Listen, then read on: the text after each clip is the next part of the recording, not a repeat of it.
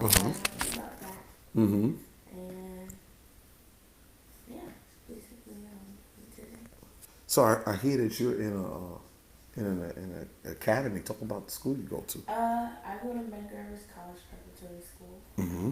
which is a school where it's very accelerated. Uh-huh. I'm actually taking English Regents this year, Uh-huh. which you're supposed to take in 11th grade. But yeah, basically it's a very accelerated program. Uh-huh. Lots of educational opportunities, Right. and yeah. Yeah. So talk to me about what it is that you do. I'm an anti-bullying activist and a fashion designer. I almost said the wrong Why anti-bully? Were you word. bullied as a child? Yes, I was bullied in first and second grade, and I didn't want anybody else to go through what happened to me. What happened to you? Um, I was physically and verbally bullied Mm-hmm. in the New York City school systems, and they tormented me all through my basically my childhood years. They tormented you. Yeah, So they called you names. yeah. They called me names, and it went to the extent where they actually stabbed me with a pencil, and they would actually try to fight me all the time. Things like that. Mm. What kinds of names would they call you? Fat, chubby, ugly, everything in the book. Mm-hmm. Mm-hmm. And do you know that hurt people hurt people? That's what my mom says all the time. Yeah. So usually, um, because we all have character flaws, we all have things that we need to work on personally, individually, inwardly and outwardly, right? And so, um, and yeah, kids can be mean.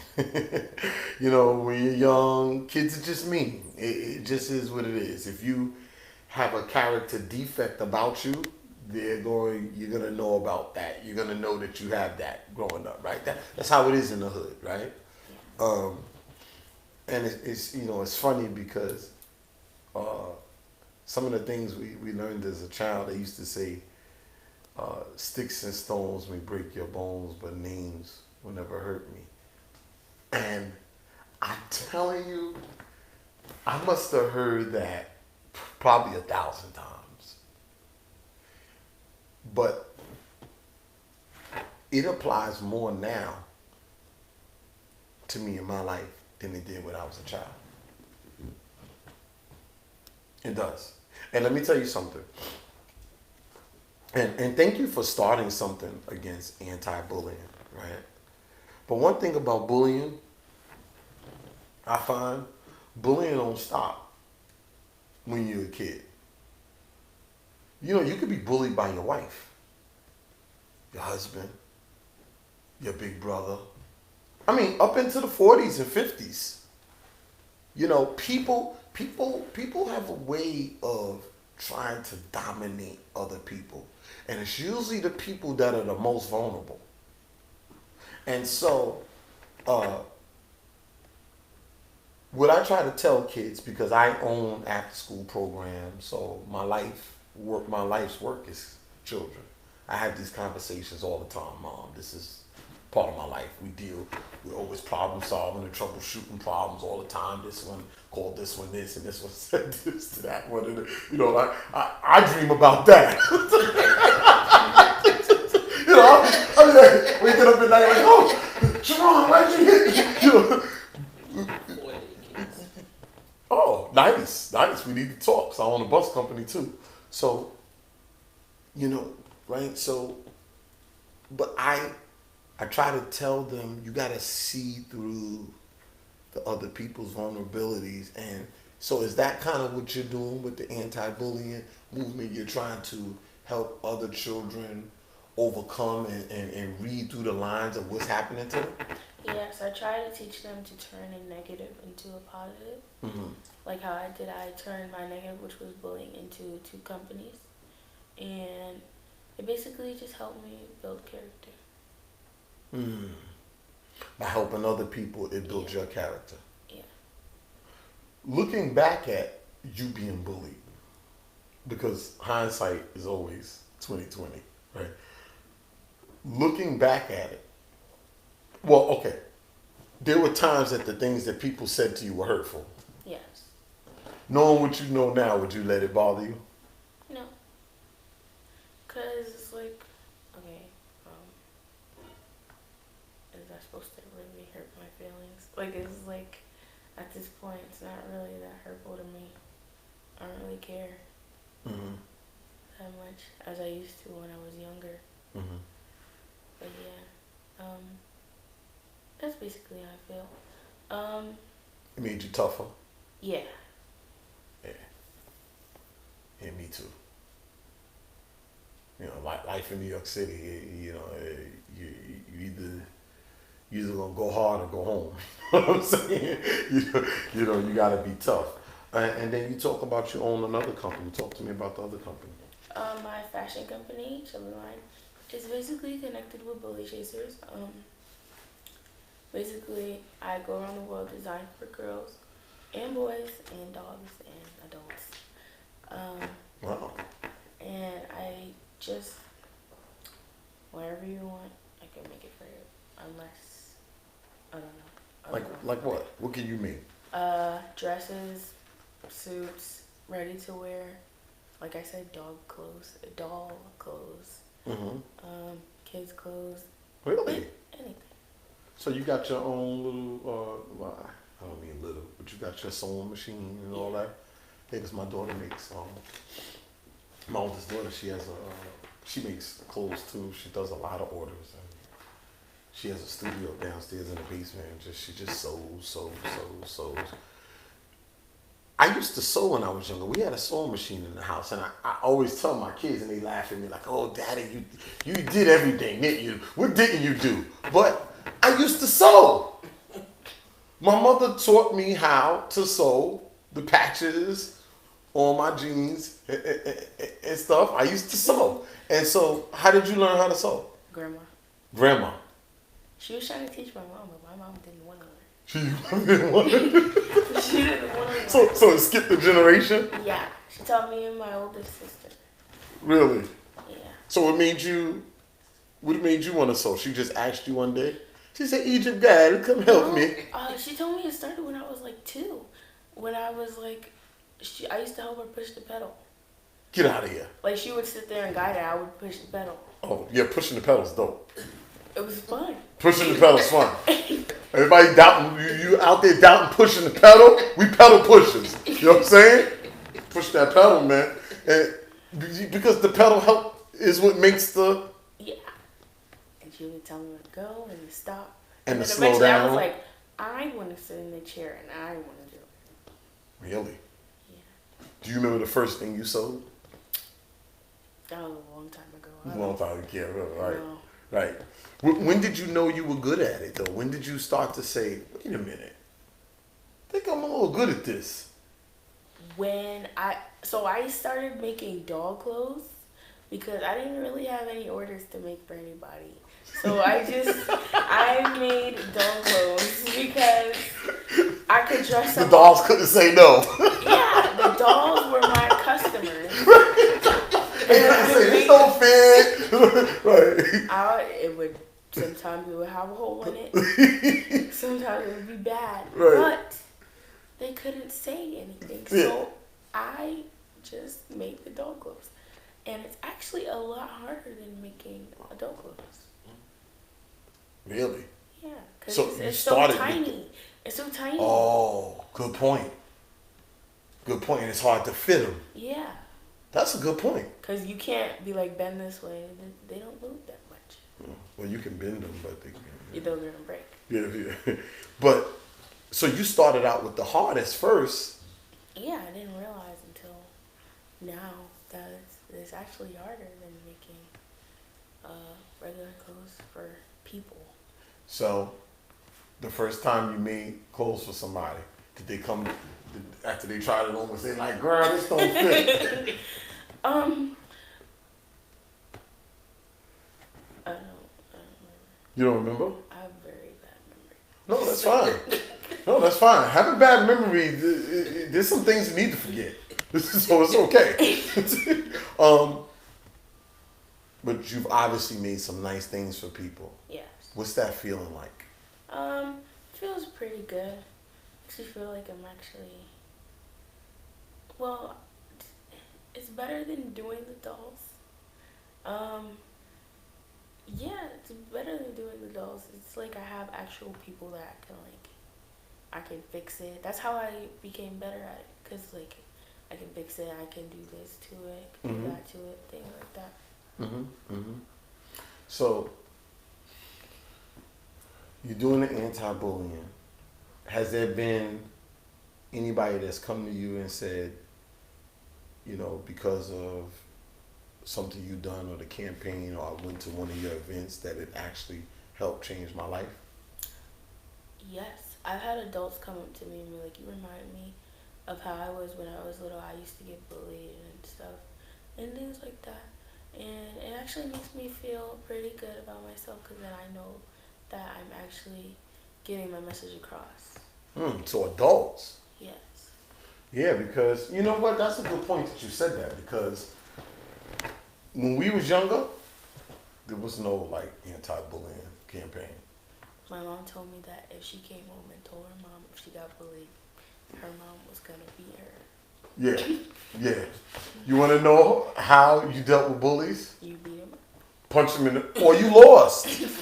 But let me tell you something about giving somebody a good fight. You give them a good fight, they don't want another good fight. Even if they win. They just, they're just like, okay, you got it. I don't want to, bullies want convenience.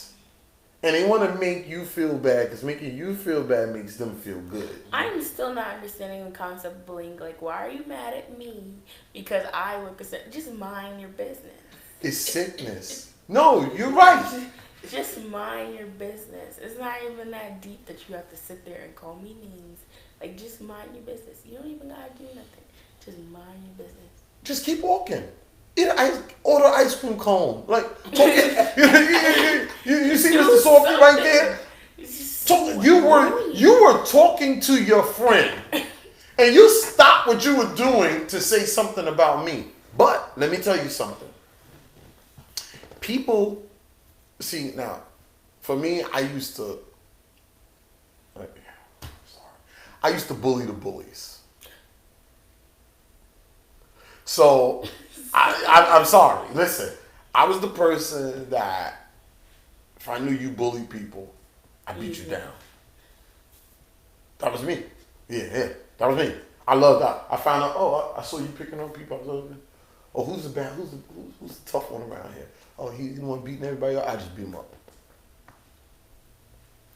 Now, because I didn't like bullies, but I became what I didn't like. So then you realized you were like, maybe I shouldn't. Yeah, well, my story is a whole nother. I don't know if I can get to that conclusion. But anyway. Look at Bob. Oh, shoot. That's what you call a chicken wing. But, so, yeah, like, and bullying, a lot of people have real deep emotional issues. People are being abused at home, sexually, physically, all kinds of verbally, and they bring that to school. Some kids, some of them aren't eating, some of them are from broken homes. There's so much stuff going on, and because they have a low self-esteem, they want to put somebody else down so that they can feel good. That's all that's going on with bullying. That's it. That's the diagnosis. The diagnosis is that I'm going to make you feel bad so that I can feel good. And that's a sickness, man. Is that the same concept with racism? Yeah.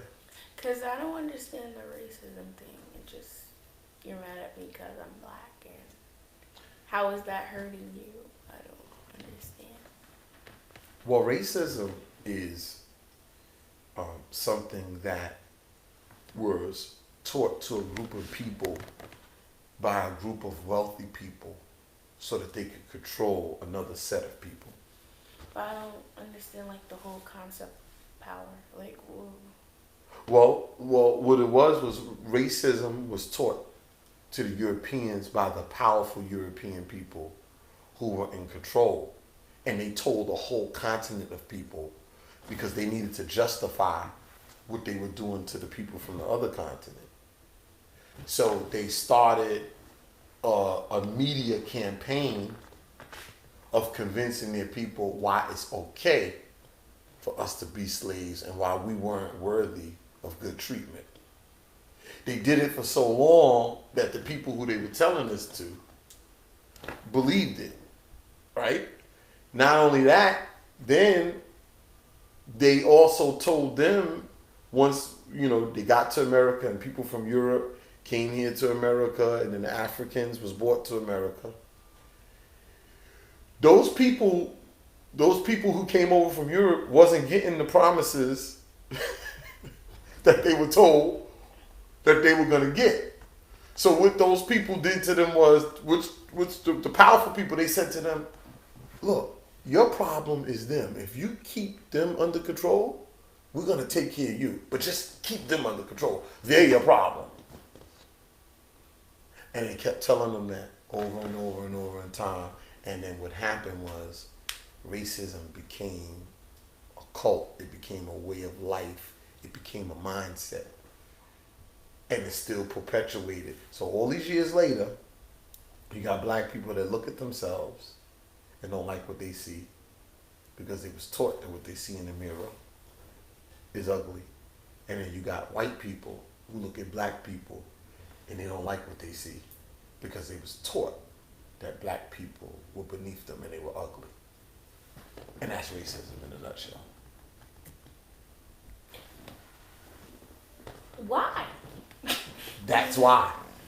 But like It's about power. It's about world dominance, huh? It's about people that want to stay rich and powerful, and they're using racism as a tool. Now you want to ask them why? They'll say, well, I got $56 billion, that's why. But you can keep your 56 No, you're not. They don't think so. They don't. Nah. Don't be nice. They don't think they can. And see, the thing is, they're not nice people. So that's the other thing that your generation has to accept, that there are evil people. There are such things as enemies. You have enemies. You might not know them, but you have enemies. They've declared war on you. You might not have declared war on them yet, but you will. If you keep standing up to bullies, that's who you're eventually going to stand up to. Because they're the ultimate bullies. So your bullying thing is starting here in school. But as you get older and start having other experiences as an African American woman in a racist society at its core, you're going to have experiences that are going to make you stand up to them. Don't wonder why. It is what it is, and fight them. Just like the bully in school, you sit there and go, why are you teasing me? Why are you beating up on me? They don't want to hear it, and you got to go boom. The only thing they're going to respect is the boom. Whether you do it through marching, picketing, withdrawing your money from their corporations. However you do it, the only thing they're going to respect is the punch in the face. That's the only language, not why. Okay? She's like, how do we get off into all of this? So listen, what do you have coming up? What's going on? I see we got the event here. I'm looking at this event and I'm like, yo, man, I need to be here June 9th, June 8th and 9th. That's this weekend. Oh, goodness gracious.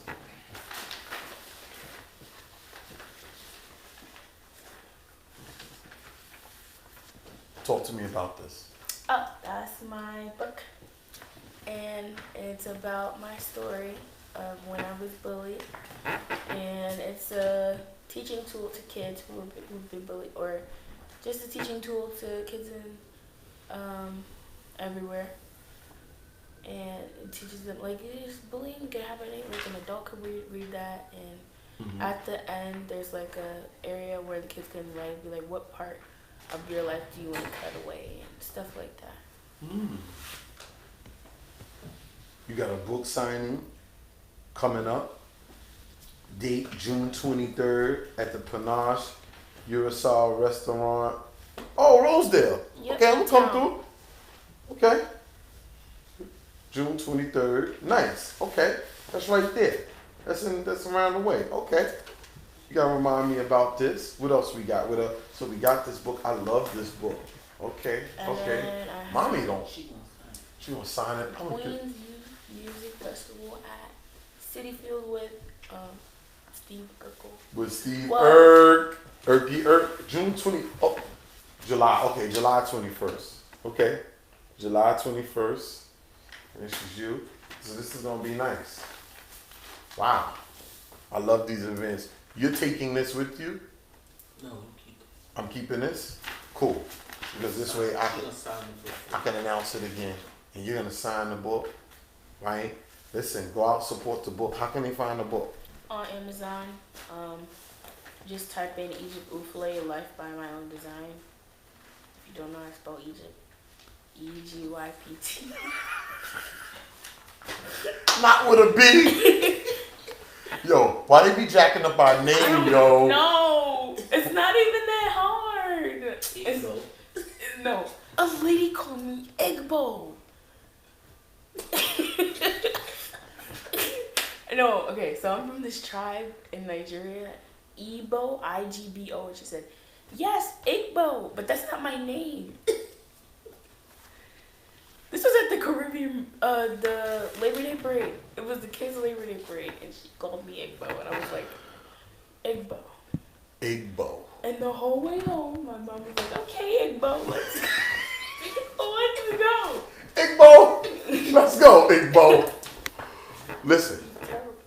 so I always end my show with a couple of questions. And number one, if you're on an island, a black genie comes out, you're stranded. A black As genie. in, like, us black? Or Us black, right. Okay. A black genie comes out of the lantern. Yeah, you're on the island, right? You're by yourself. And the black genie asks you, okay, he gives you requests, and you get one of each name. So, but you only get one, so he asks you, what would you like to eat?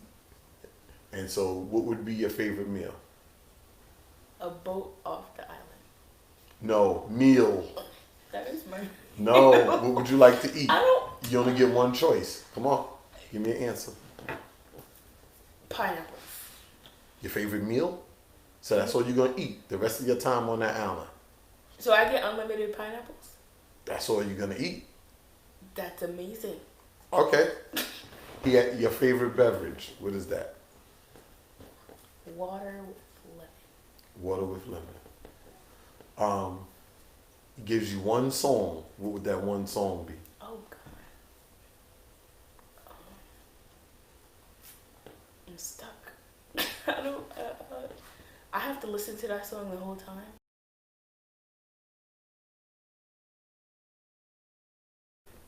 You're gonna say no song, and you have a choice of a song. I don't want to listen to anything. Oh, you want silence? Yes. Okay. Do I get any wishes? No. No. You get. How are you a get- genie and you don't give wishes? You get requests based on. Listen, I'm the genie doing the genie questions.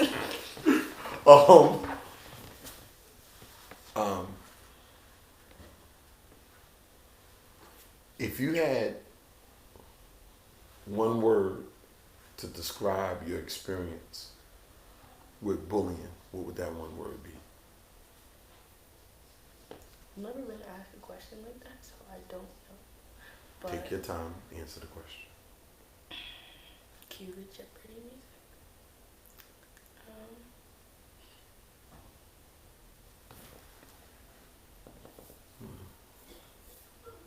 there's a word I'm looking for and I don't know what it is. It's a big word. I don't know. Let it come from your heart. I'm trying, but I can't think of it. I gotta use my brain. So don't think. Now that you're telling me not to think, no, now I want to think. Okay. Oh,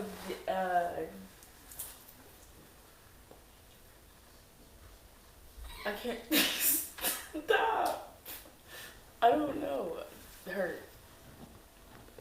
Okay. I was thinking of a big word, but I don't know what it's called. No, everything's perfect.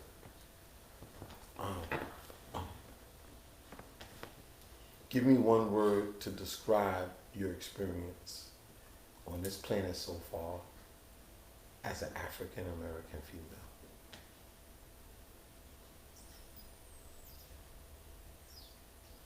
Cool.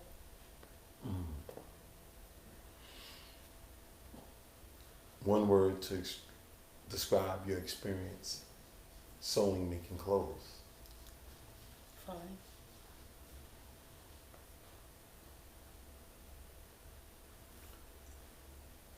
If you could say one thing, one sentence to all of the people, now you get a sentence to all of the people who have been bullied, who went through what you went through, what would you say to them? The only person stopping you is you. Because nobody's stopping you from getting out of your situation. Only you are. And last but not least, if tonight happened to be your last night here in the physical and you made the transition to the ancestors, what would you want to be remembered as? Oh, I thought you were going to ask me what did I want to be, like, next. Repeat the question. Can you repeat the question? How would you want to be remembered if tonight happened to be your last night here? I want to be remembered as a very influential person.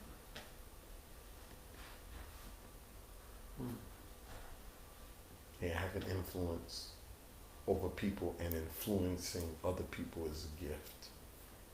And with that gift comes a lot of responsibility. Yes. And listen, check her out. I'm going to read off the list of events that she got coming up. June 8th, Women in the Black Honoree. This weekend, June 15th, Medgar Evers Prep Tea Party. A lot going on.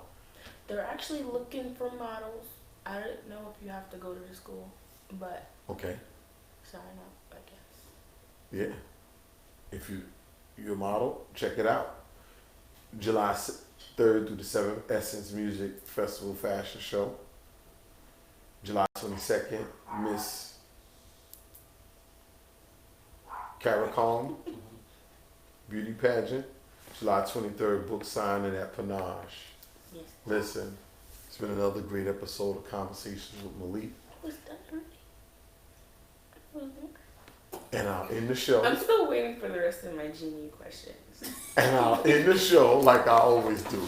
Brother Malik loves you, and there's nothing you can do about it. Peace.